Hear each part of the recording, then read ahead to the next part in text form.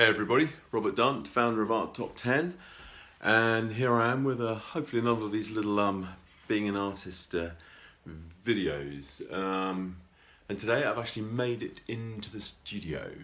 Finished doing all the other kind of admin-y artist things, like trying to sort out the date for this private view and trying to embed some of the YouTube videos in the ArtTop10 website. Anyway, so I've actually made it in here. Let's see if I can do something. So this is the studio with all the stuff lying around, and what I want to do, what I fancy doing is I've got two little canvases down here somewhere, here they are, that I fancy doing some little distortion form paintings on, so I'll get those ready. So the distortion form paintings are basically like my classic painting style. They're pictures like these, sort of loosely, well I always love things like Patrick Heron, Impressionists, those kind of things, but you know, you want to paint something that's relevant to your sort of time. So I've always tried to make those kind of Patrick Heron things more up to date, more contemporary. And I kind of got into doing that by, I've always been obsessed by the band, the Jesus and Mary Chain. They made like pretty Beach Boys kind of pop songs, covered them with noise and feedback and distortion. So I kind of did the same thing in painting terms. So I make these like kind of pretty paintings, pretty in the background, and then cover them with these black and white distortion forms. Like a visual metaphor for the noise and feedback of the Jesus and Mary Chain. And I think, you know, because I always thought, you don't want to paint a picture, you want to paint a picture, the kind of thing you'd like to see in a gallery. So these are the kind of paintings I would like to see in a gallery today. Anyway, so I've had these photos that are stuck on the wall for ages. I always think Picasso, let's move the stretcher out of the way, I always think Picasso is actually a brilliant colourist. He's always more, everybody's more into his psychological drama or the people and the stuff of his pictures and his, the way you can sort of twist the people and make them change, the cubist stuff. But I actually think he's also a brilliant colourist. I love these sort of greys in this picture here. And I love the reds and greens and the black, the simplicity of the colours in that. He's got a really simple colour sense or colour ability, but that simplicity makes his paintings really bold.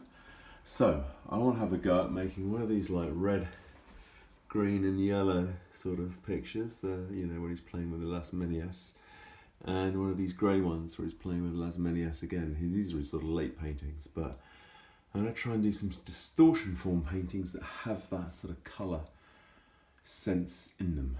So, let's get on with it. See what happens. Got some other paintings half finished lying around.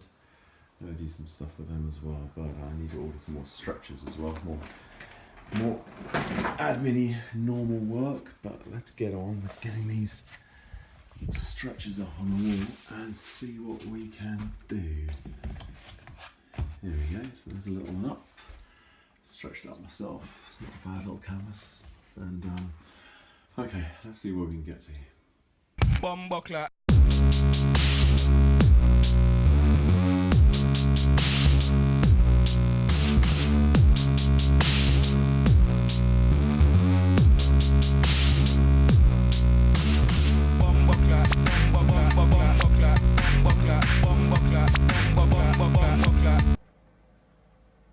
Okay, so I finished the two paintings I was working on. So there's this little grey one inspired by that Picasso grey one over there, and this other little one down here, and a little red and green one.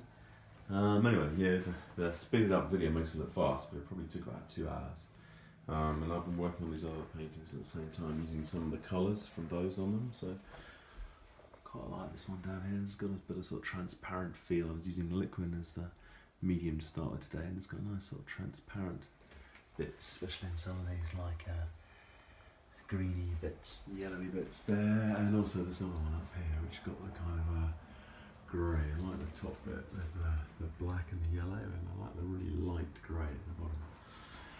Anyway, so that's what's been happening in the studio today. So anyway, subscribe please, and then you can find out what happens to these paintings, because they need to wait now for a day. They should be dry tomorrow, probably with the liquid.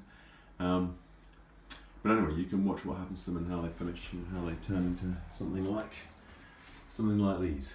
Nice one. So anyway, subscribe and like the video if you can, but subscribe, and then you can see how they all finish. Okay, cheerio. Bye. Bye. Bye.